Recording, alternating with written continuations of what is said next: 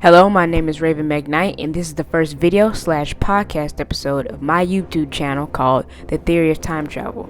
And in this episode, we will be explaining time travel, my theory of time travel, and why I believe it could happen.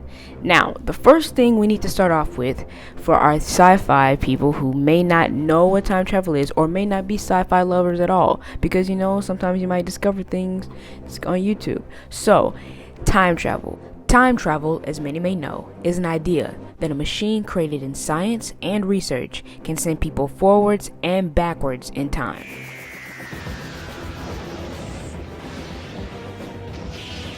The theory of time travel has been an infinite concept throughout the ages, with many different cultures having their own stories, ideas, and philosophies about the ability of movement between certain points in time.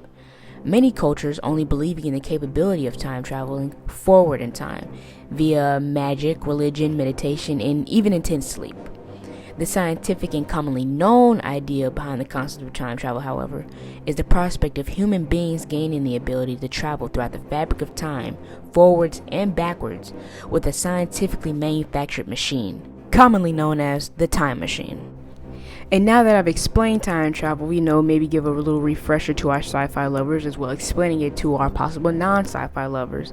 I will now jump right into my theory of time travel, which consists of not a machine, but the human mind being the time traveling device.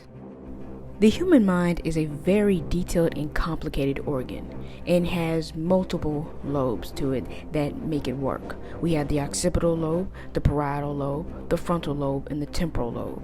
My theory is that if we are able to expand the human mind and access the subconscious, people will be able to subconsciously, with their essence and their consciousness, time travel through the fabric of the universe. The universe of which consists of the past, present, and future. How would this work, you may ask? Well, the human whose mind is going to be expanded has to be able to astral project as well as access all of their past memories so that their brain will be open enough to having their subconscious look through. When the subconscious is opened and every single flooding memory, things that they may have never even remembered before, is able to be accessed, then it will be easier for them to actually do the harder part, which will be astral projection. Astral projection comes to play for this experiment is that the human whose mind is being expanded, their subconscious is being looked through to access all of their past memories.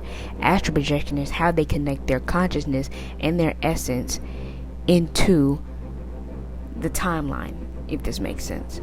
And here's how that works. The human's brain is expanded, the subconscious is accessed. Once the subconscious is accessed, the human will be able to astral project. When they're able to astral project, it will connect them to the universe.